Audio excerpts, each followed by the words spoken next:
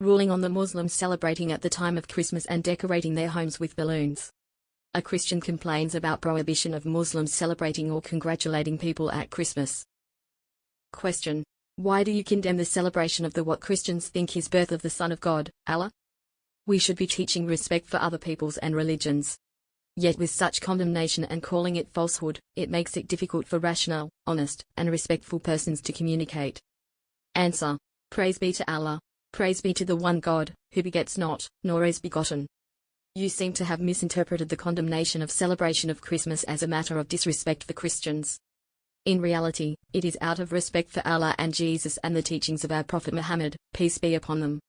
It is an integral part of our faith to reject celebrations that have not been prescribed and or that have a basis in falsehood, as inevitably they lead to misguidance and alterations in faith. As has happened with Christianity. There is nothing radical or fringe about this.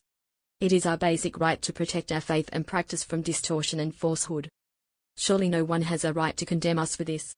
Do you think Encyclopedia Britannica is rational and honest? Please read what they have to say about Christmas. Excerpts quoted directly from. The word Christmas is derived from the Old English Christ's Mess, Christ's Mass. There is no certain tradition of the date of Christ's birth. Christian chronographers of the 3rd century believed that the creation of the world took place at the spring equinox, then reckoned as March 25. Hence the new creation in the incarnation, i.e., the conception and death of Christ must therefore have occurred on the same day, with his birth following 9 months later at the winter solstice. December 25, according to a Roman almanac, the Christian festival of Christmas was celebrated in Rome by AD 336. The reason why Christmas came to be celebrated on December 25 remains uncertain. But most probably the reason is that early Christians wished the date to coincide with the pagan Roman festival marking the birthday of the unconquered sun, Natalis Solis Invicti. This festival celebrated the winter solstice, when the days again begin to lengthen and the sun begins to climb higher in the sky. The traditional customs connected with Christmas have accordingly developed from several sources as a result of the coincidence of the celebration of the birth of Christ with the pagan agricultural and solar observances at midwinter. In the Roman world, the Saturnalia, December 17, was a time of merrymaking and exchange of gifts. December 25 was also regarded as the birth date of the Iranian mystery god Mithra, the son of righteousness. On the Roman New Year, January 1, houses were decorated with greenery and lights, and gifts were given to children and the poor. To these observances were added the and Celtic Yule rites when the Teutonic tribes penetrated into Gaul, Britain, and Central Europe. Food and good fellowship, the Yule log and Yule cakes, greenery and fir trees, and gifts and greetings all commemorated different aspects of this festive season. Fires and lights, symbols of warmth and lasting life, have always been associated with the winter festival, both pagan and Christian. Since the European Middle Ages, evergreens, as symbols of survival, have been associated with Christmas. End quote. So as any rational person can see, there is no sound basis for Christmas, nor did Jesus, peace be upon him, or his true followers celebrate Christmas or ask anyone to celebrate Christmas. Nor was there any record of anyone calling themselves Christians celebrating Christmas until several hundred years after Jesus.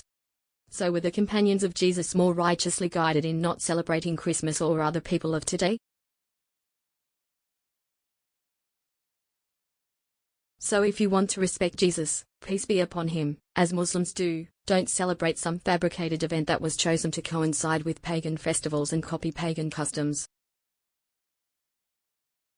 Do you honestly think God, or even Jesus himself, would approve or condemn such a thing? If you say approve, then obviously you are not interested in the truth. We ask Allah, the one, singular God, with no partners or sons, the God of all creation and mankind, to guide us all to the path of guidance and sincerity. What do you say to Muslims in the United Kingdom who celebrate at Christmas time by holding dinner parties in their houses on Christmas or afterwards, for their Muslim families? Such as preparing roast turkey and the other dishes of the traditional Christmas dinner, and they adorn their houses with balloons and paper chains, and they do the Secret Santa tradition, whereby each relative brings a gift for one of the people present and these gifts are brought to the party to be given to the one for whom he bought it, without the recipient knowing who he is. Secret Santa is a new, growing custom among non-Muslims who celebrate Christmas, and is in accordance with their belief in the myth of Santa Claus. Is this action regarded as halal or haram, if no one is attending this party except Muslims, relatives and family members? Answer. Praise be to Allah. There is no doubt that what is mentioned of celebrations is haram, because it is an imitation of the kaafir. It is well known that the Muslims do not have any festival apart from Eid al-Fitr and Eid al-Adha, and the weekly Eid, which is Friday, Yawm al-Jumu'ah. Celebrating any other festival is not allowed and is either of two things. Either it is an innovation, bid'ah, if it is celebrated as a means of drawing close to Allah, such as celebrating the Prophet's birthday, Mawlid. Or it is an imitation of the kaafir, if it is celebrated as a tradition and not as an act of worship. Because introducing innovated festivals is the action of the people of the book who we are commanded to differ from. So how about if it is a celebration of one of their actual festivals? Decorating the house with balloons at this time is obviously joining in with the kaafir and celebrating their festival. What the Muslim is required to do is not to single out these days for any kind of celebration, decorating or adornment, or special foods, otherwise he will be joining the kaafir in their festivals. Which is something that is undoubtedly haram. Shaykh Ibn Uthaymeen, may Allah have mercy on him, said. Similarly, it is forbidden for the Muslims to imitate the kaafir by holding parties on these occasions, or exchanging gifts, or distributing sweets or other foods, or taking time off work and so on. Because the Prophet, blessings and peace of Allah be upon him, said, whoever imitates a people is one of them.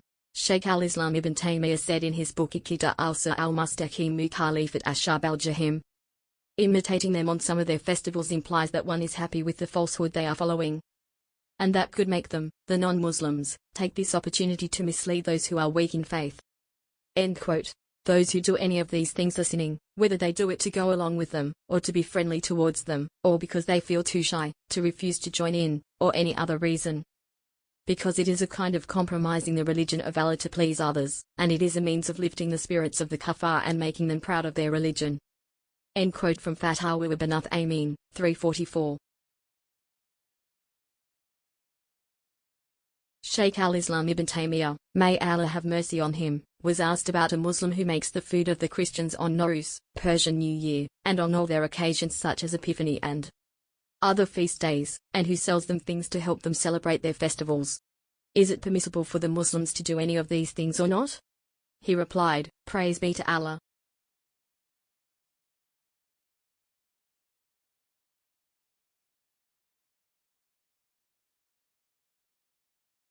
It is not permissible for the Muslims to imitate them in any way that is unique to their festivals, whether it be food, clothes, bathing, lighting fires or refraining from usual work or worship. And so on. And it is not permissible to give a feast or to exchange gifts or to sell things that help them to celebrate their festivals. Or to let children and others play the games that are played on their festivals, or to adorn oneself or put up decorations. In general, Muslims are not allowed to single out the festivals of the kaafir for any of these rituals or customs. Rather, the day of their festivals is just an ordinary day for the Muslims, and they should not single it out for any activity that is part of what the kaafir do on these days. End quote from Al-Fatawa al-Kubra, 2487, Majmu' al-Fatawa, 25329. Greeting Christians on the occasion of their festivals. Question. What is the ruling on greeting Christians on the occasion of their festivals by saying Kul sana wa antum tayyibin, roughly equivalent to many happy returns? Wishing them well and hoping that they will be good, i.e., that they will not annoy us with regard to our religion, and not with the aim of congratulating them on their shirk, as some sheikhs think? Answer. Praise be to Allah. What is forbidden with regard to congratulating the Christians on the occasion of their festivals is expressing joy to them, being overly polite and showing approval of their actions, even if that is only expressed outwardly without feeling it inwardly. The prohibition concerns those who show any kind of participation or approval, such as giving gifts, verbal greetings, taking time off work, making food, going to places of leisure, and other customs of celebration. Having any intention other than what is said, when congratulating them, does not make it permissible. The outward appearance of these actions is sufficient to say that it is prohibited. It is well known that most of those who take a lenient attitude towards such matters do not intend to join the Christians in their shirk.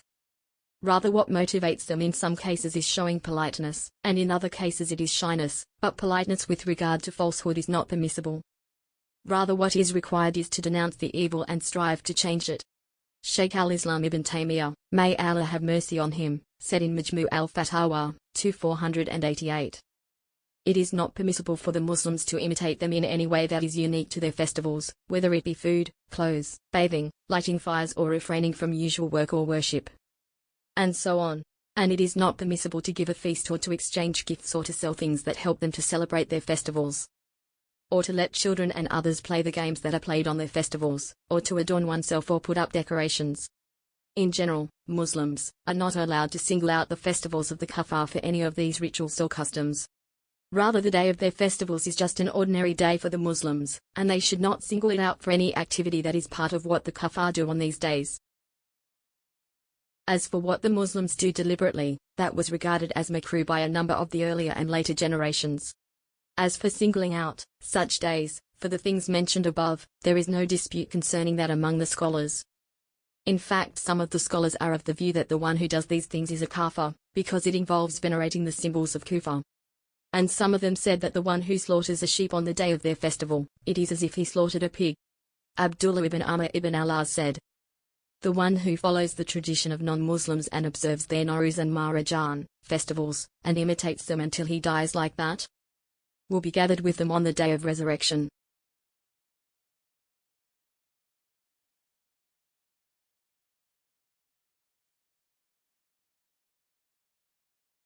Amir al-Mu'minin Umar ibn al-Khattab, the Sahaba and all the Imams of the Muslims stipulated that they should not celebrate their festivals openly in the lands of the Muslims. Rather, they should do that privately in their houses. One of the early generations said concerning the verse in which Allah, may He be exalted, says, interpretation of the meaning, and those who do not witness falsehood, Al-Furqan 25:72. This refers to the festivals of the kaafir. If that has to do with witnessing them, and not actually doing anything, then how about doing things that are unique to those festivals? It was narrated from the Prophet, blessings and peace of Allah be upon him, in Al-Musnad and As-Sunan that he said, whoever imitates a people is one of them. According to another version he said, he is not one of us who imitates others. This is a jadisnad. If this is the case with regard to imitating them, and if this has to do with customs, then how about imitating them in matters that are more serious than that? The majority of Imams regard it as makruh, either in the sense of it being prohibited or in the sense of it being discouraged, to eat meat that they slaughter at the time of their festivals and sacrifices. And they include that under the heading of that which is sacrificed for something other than Allah and that which has been sacrificed on stone altars, for idols. Similarly, they also forbade helping them in their festivals by giving gifts or selling to them, and they said, it is not permissible for the Muslims to sell to the Christians anything for the purpose of their festivals, whether that be meat, blood or garments. They should not hire out any mounts to them or help them with any of their religious affairs, because that comes under the heading of venerating their shirk and helping them in their kufr. Those in positions of authority should forbid the Muslims to do that, because Allah, may He be exalted, says, interpretation of the meaning, help you one another in al-bir and at taqwa, virtue, righteousness and piety, but do not help one another in sin and transgression. Al-Ma'idah 5-2. Moreover, it is not permissible for the Muslim to help them in drinking alcohol by pressing the juice and so on, so how about helping in that which is one of the symbols of kufr? If it is not permissible for him to help them himself, then how about if he is the one who is actually doing that? End quote. In several answers on our website we have discussed this matter and explained the reason for the prohibition. Please see the answers to questions No. 90,222, and 50,074. And Allah knows best. Ruling on celebrating non-Muslim holidays and congratulating them. Question: can a Muslim celebrate a non-Muslim holiday like Thanksgiving? Answer: praise be to Allah. Greeting the kaafir on Christmas and other religious holidays of theirs is haram, by consensus, as Ibn al-Qayyim, may Allah have mercy on him, said in Ahkam al-Ulama. Congratulating the kaafir on the rituals that belong only to them is haram by consensus, as is congratulating them on their festivals and fasts by saying a happy festival to you or may you enjoy your festival, and so on. If the one who says this has been saved from kufr, it is still forbidden. It is like congratulating someone for prostrating to the cross, or even worse than that. It is as great a sin as congratulating someone for drinking wine, or murdering someone, or having illicit sexual relations, and so on. Many of those who have no respect for their religion fall into this error. They do not realize the offensiveness of their actions. Whoever congratulates a person for his disobedience or bidah or kufr exposes himself to the wrath and anger of Allah. Congratulating the kaafir on their religious festivals is haram to the extent described by Ibn al-Qayyim because it implies that one accepts or approves of their rituals of kufr, even if one would not accept those things for oneself.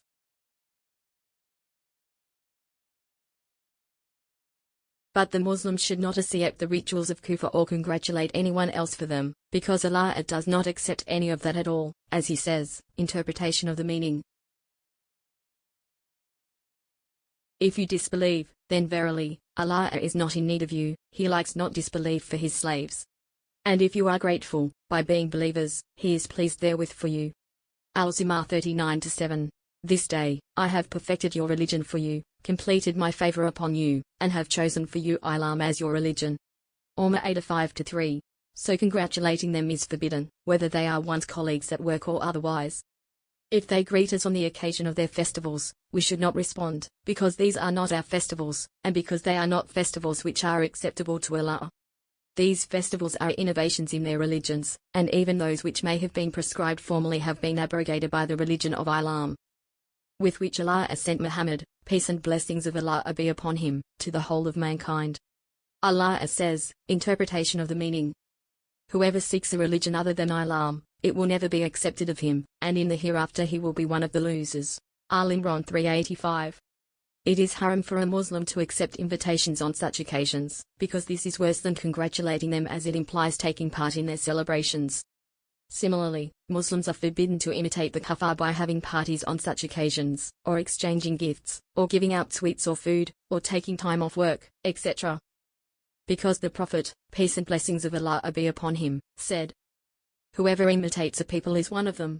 Shaykh al-Islam ibn Taymiyyah said in his book Iqta al-Sir al-Mustaqim Mukhalifat Ashab al-Jahim, imitating them in some of their festivals implies that one is pleased with their false beliefs and practices, and gives them the hope that they may have the opportunity to humiliate and mislead the weak.